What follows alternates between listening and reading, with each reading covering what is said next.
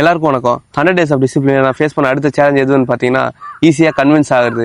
வேற யாரும் கன்வின்ஸ் பண்ணி இல்லை, எனக்குள்ளே ஒருத்தன் இருப்பான்ல, அவன் கன்வின்ஸ் பண்ணுறான் என்ற.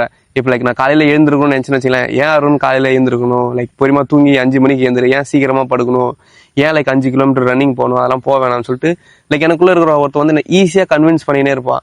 லைக் அதை விட்டுட்டு நான் லைக் அது எதிர்க்க நான் ஒரு குரல் கொடுத்து, இல்லை எனக்கு நான் போயே ஆகணும், இதை பண்ணியே ஆகணும் சொல்லிட்டு நான் இது என்ன நானே லைக் கொஞ்சம் ரெடி பண்ணது. அதுதான் எனக்கு ரொம்ப கஷ்டமா. நைட்டு ஃபுல்லாகவே நல்ல மழை. காலையில் வந்து பார்த்தீங்கன்னா அந்த மழையில் வந்து தூங்குறது எதமாக இருந்தனால 6:15 தான் எழுந்தேன். 6:15 எழுந்தது பார்த்தா ஓகே, இடி மழை புயல் என்னவா இருந்தாலும் சரி ஜிம்முக்கு எப்போனா எனக்கு போய் ஆகணும். ஏன்னா நேற்று வந்து லைக் மழை இருக்குதுன்னு சொல்லிட்டு தான் காலையில் ஜிம் போகவே இல்லை.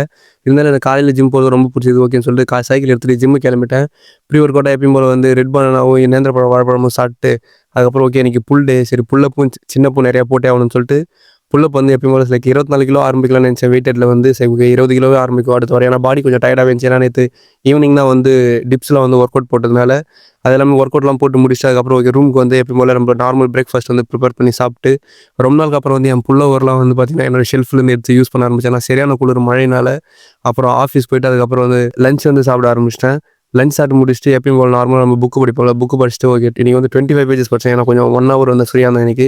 25 பேஜ் புக் படிச்சுட்டு அதுக்கப்புறம் ஈவினிங் வந்து வீட்டுக்கு வந்துட்டு சரி ஓகே கிளைம்பிங் போகலான்னு சொல்லிட்டு கிளைம்பிங் போனால் ரூம் ஃபுல்லாக ஒரே இந்த மழையினால் வந்து எல்லா ஹோல்டுமே வழுக்க ஆரம்பிச்சிது. ஓகேன்னு சொல்லிட்டு கொஞ்சம் நேரம் தான் கிளைம்பிங் பண்ணி முடிச்சுட்டு ரூமுக்கு வந்து ஓகே அந்த கிளாடியேட்டர் படம் இன்னும் கொஞ்சம் இருக்குல்ல அதை பார்க்கலாம்னு சொல்லிட்டு அந்த படம் பார்த்து முடிச்சுட்டு அதுக்கப்புறம் ஈவினிங் வந்து டின்னர் வந்து சாப்பிட்டு படுத்து தூங்கிட்டேன். See you, bye bye.